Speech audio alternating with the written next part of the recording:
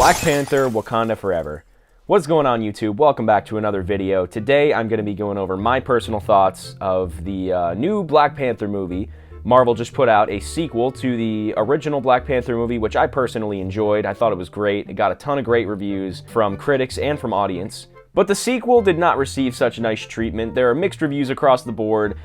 Personally, I went in with an open mind. I'm getting a little bit tired of the Marvel movies, but I'm always holding out hope that they're going to pull out something and, make a big impact. So right off the bat, let me just say, I did enjoy Wakanda Forever. I thought there were some really high points, not only in the writing, but in the visuals, in the story. And before I get into the nitty-gritty, do keep in mind, this is just the opinion of some random dude on the internet. I'm not telling you how to think. If you really like the movie, comment below and tell me some of the stuff that you liked about it. I love hearing other people's points of view. And with all the introduction stuff out of the way, guys, let's get into some of the major negatives of this movie. And the first big glaring problem is the dialogue. Not only is the dialogue super bloated and it's seemingly unedited, there's the common issue that a lot of Marvel properties are seeing nowadays, and it's just tons of one-liners and quippy lines that are either not appropriate for the situation or not appropriate for the character. It just feels like a lot of lazy writing. There are plenty of times where the dialogue felt like it was written for like a 5-year-old to understand, and I get that they have a target audience of younger people, but little kids walk around all the time not understanding stuff and just kind of rolling with it. And I know when I was a kid, there are plenty of movies that going back and watching as an adult, I get a totally different meaning from. So specifically with the dialogue, I think the scene that stood out to me the biggest, and I know a lot of other people had issues with it, was the scene where they were all standing in the garage, like trying to escape the feds. Somebody would speak for a few seconds, and then the camera would move longer than that person was speaking. And it was just, it felt like the whole thing was just really not edited. I know that they were on a time crunch for this movie. I really have to criticize Disney for their quantity versus quality. I think this movie as a whole would have been a lot better if it just would have sat in the editing room for a couple more weeks. It would have definitely cut down the 2 hours and 40 minutes that the movie runs for. That's really excessive, and when you count in the bloated dialogue, it tells me that it was just lazy and rushed. Also, another issue with the dialogue was the mix of languages. I don't have a problem with subtitles. I mean, I watch a lot of anime, so, I mean, I'm used to reading subtitles. It's not like an annoying or a new thing for me, but a lot of times, it felt really forced. Like, it felt like the actors not only weren't selling the fact that they were speaking a different language, but the language that they made up was just kind of bad. Like, it just sounded like they were speaking nonsense words, not like they were actually speaking a real language. And I'll get into this a little bit later, but I feel like the movie doesn't really set rules for itself. Like, it'll just cut back and forth between English and other languages randomly with no rhyme or reason. It's not like, people only speak a certain language between each other. It just led to a confusing experience, and it really took me out of the film. I felt less like I was watching or immersed in an ancient civilization and more like I was sitting at Disney and my waiter was like putting on a half-assed performance to try and get me to buy some more noodles or something. Another thing that I think is a negative, some people think it's a positive, but the political commentary. I understand that this movie resonates with specific audiences really strongly, but the political commentary was really forced, and I think they could have written it in a lot better. They could have done a lot more besides just having a character blatantly speak the point of view that's trying to be pushed. And again, political commentary just kind of takes you out of the film. I mean, it's the classic case of people go to the movies to get out of the real world, not to be exposed to the issues or problems that people are fighting in the real world. I mean, just give me my damn entertainment, right? Another thing that broke the immersion for me was the whole side story with the CIA agent.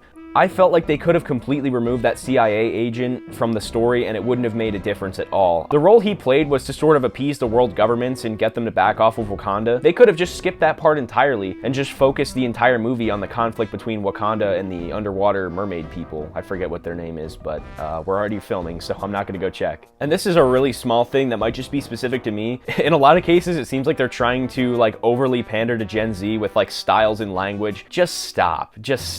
It never works. Trying to level yourself with the youth in any time period, I don't think has ever worked. It just reminds me of, around the holidays when you're trying to talk to an older relative and they kind of, they assume that they understand like the culture of the youth, and it's like, it's just not even that deep. Like, I don't know, Disney, stop trying to reach Gen Z people by having them say funny things and wear clothing that I see like 2% of my friends wear. And the final critique, I have to say, Letitia Wright's performance as Shuri really didn't sell me. I think out of everybody, her acting is really bad, especially with the Wakandan accent. I don't think she does a good job of pulling that off in a lot of scenarios. She also didn't really sell the character arc, and I think that's more of a problem with the writing than with her. This might be getting a little bit into spoilers, but towards the end of the movie, when she's in her workshop and she's coming to terms with T'Challa's death, she has a moment where she thinks she's failed her objective, and she completely reverts back to her old self, where she's, you know, emotionally charged and angry. That whole part wasn't written very well, and I understand that at the end of the movie, when she's sitting on the beach, that's supposed to be like her final closure, but they just didn't do a good job writing that initial sort of like success and failure of her coming to terms with T'Challa's death, taking on the mantle of the Black Panther, and then immediately she gets angry because she thinks she's failed and she's punching stuff. It's like what was the point, you know? Yeah, I just think that her character arc was all over the place. Speaking of characters, there are just so many new characters that they really didn't need to introduce. And going back to the CIA agent thing, I think that whole side story was just really bad for the tone and the pacing. You go from having these awesome ancient tribes and civilizations at war, and then you just cut to these like random people in suits in like New York City just kind of hanging out. Like I think there was something relating to the SHIELD part of the Marvel Cinematic Universe. Did not feel like it was worth it to include. So that was a lot of negatives, but let me get into the positives, because there were actually a lot of things about this movie that I really liked. The first thing is that the outline for the plot was really good. I think Shuri's character arc and the plot as a whole was really, the framework was there, it just needed to be executed correctly. The only thing that really didn't jive with me was the motivation for the villain. Namor, really, it didn't seem like his motivation for attacking Wakanda was like justified. If they just took Ironheart out of the movie and refined a little bit of that middle section where Namor is attacking Wakanda for the first time, that would have just been a lot better. It would have helped define Namor as a character a little bit better instead of him just being, you know, a cool dude. Also, I think the acting was pretty good overall. Like I said, I think Letitia Wright, you know, sometimes I wasn't really immersed in it, but I mean, being the main character, she is subject to more errors and more screen time. But as a whole, I think everybody did a really solid job. And for the main highlight of this movie, I think Namor as the villain, he carried this movie for me. This guy is awesome. He was first introduced into the comics in the 1930s, and I think it was a really awesome way to modernize that old villain, and they did an awesome job. I mean, he looks cool, he sounds cool, the effects are awesome. The whole Mesoamerican lore was just awesome. I love that. His backstory and where he came from and how he moved underwater, the way he's presented on screen in the beginning. They pushed the weirdness of it to its limit without making it too weird or just weird for the sake of being weird. I think the inspiration for the character and the original writing was a solid foundation that they built off of, and I think they just did him really well, and I'm excited to see him in future movies. Now, we covered the bad and we covered the good. Now it's time to go over the ugly parts of this film, and trust me, there are a lot of ugly parts of this film.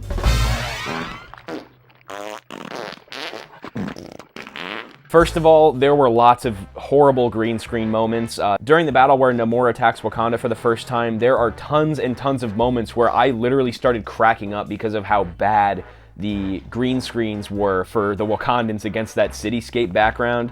I'll try and include a screenshot here, but yeah, me and a couple other people in the theater were just cracking up. It looked so awful. And you'd think that it would be better because Disney is like the forefront of these blockbuster movies right now. I mean, everybody's looking to them to see what to do, or at least they used to be. You'd think that they would at least have their green screens together. I mean, it's inexcusable, man. It just looked so bad. Going off of that a little bit, I did see the new Thor, Love and Thunder, and the same issues are apparent in that movie too. You know, some of the green screening, some of the special effects are just atrocious. They're horrible. It looks like somebody rendered the scene just to, like, you know, look over it as like a proof or like a draft, you know what I'm saying? And then they just like kept that in there, like it'll be fine. No one will notice on a giant screen in the movie theater. I don't remember which characters it was, but when two of the Wakandans were sitting in that village having a conversation just before Namor attacks it, it just looks horrible. It looks so bad. Like their faces are up in the screen and the lighting doesn't match. I don't understand how that's passable. I mean, it's a blockbuster movie from Marvel, from Disney for that matter. You'd think it would be a little bit better. We're not just gonna rely on Avatar 2 to wow us. Also, just the CGI on the humans as a whole was really bad, especially the underwater city. It did did not make any sense. First of all, for them to just animate humans floating there, it looked horrible. It looked so bad. And they didn't even put flippers or anything on the people, which anatomically, it really does not make any sense how people can just maneuver themselves in water with human parts, you know? And that calls into question some more things about the Aztec civilization and just the movie as a whole. It didn't make sense that the Aztec people only evolved a small amount of new armor. They didn't evolve any new styles or weapons. I mean, it doesn't make sense to have feathered clothing underwater, and why are they fighting with spears? There was a battle between the Aztec people and the Wakandans on the boat. If you spent 400 years swimming around in the water, why would you be climbing onto land to fight your opponents? You'd think that they would be pushing them into the water to kill them, which they do at one point, but it feels like the part where they climb onto the boat and have their big brawl with spears and everything, it just felt like that was included for some cool action scenes or some trailer footage. It didn't really seem necessary or practical. And I think this movie struggles a lot with its rules, like who can be shot and survive, who's talented enough to create technology. I think there are a lot of concepts that are being mixed, and it's really hard to lay like the groundwork for a set of like world rules when you have ancient Aztec gods, crazy Iron Man technology, Wakandan, you know, precious metals. It just seems like there was a lot going on. I think overall this movie struggled. I think it was just a lot of concepts that were mashed together. The 2 hours and 40 minutes did not need to be there. If you took out Ironheart as a character, if you took out the CIA agent, the movie would have been a lot more grounded and solid. Some of the motivations would have made a little bit more sense. And if they cut back on the dialogue or just made it actually interesting to listen to instead of just one-liners and filler, like, that's gonna leave a mark. Pick on someone your own size. It's kind of a shame because I really liked this movie, and I think it had a lot of potential, especially when you consider the writing and the character arcs. The villain too, I mean, it's just a shame that the movie came out the way it did, and I hope that when they release it on Disney Plus or on DVD that they do some of these changes, but I mean, the movie's already out, the damage is already done. It really sucks that we're left with this as the final product. If I were to give this movie a rating out of 10, I'd give it a 6 out of 10 because I was able to watch the entire thing all the way through. I did take a few bathroom breaks. I think if I were to give this movie a grade, I'd give it a 45% or a 40%, but because I like Namor so much as the villain and because I did appreciate the T'Challa send-off, the whole beginning of the movie was really well done. It was just the middle parts that really suffered. Or had me suffering, rather. I think this movie really had a lot of potential and it just got squashed, and I understand they had challenges, but the fact that the CGI and the green screens look the way it does, and the fact that some of the dialogue should be cut down, just shows you that it could have been a lot better. Well, thank you all for watching this video. It's a different format than what I usually do, but I do like doing these movie reviews. I mean, I did the one on Jingle All the Way, and I had a lot of fun with that. I mean, I hold that movie near and dear to my heart, and I plan on putting out future movie reviews just because these are, you know, bite-sized, a little bit easier for me to edit, especially when I'm not at my desktop. And it's easier to script too because I don't have to write out everything. I can just sort of go over the points kind of informally. Oh, also I'm gonna stream Overwatch pretty soon. Within the next couple weeks I'm gonna start streaming Overwatch. The script is up on the screen, but I have been playing Overwatch. I've been getting kind of good at it, so expect to see some Overwatch stuff. Check out LukeWilsonTV on Twitch. If you guys like this style of video, leave a comment. If you liked Black Panther or didn't like Black Panther Wakanda Forever, leave a comment about your thoughts, and consider subscribing if you want to see more content. Check out my Scooby-Doo video. I went over some of the old Scooby-Doo movies, if you're into that. And with all that out of the way, guys, see you in the next video. Peace.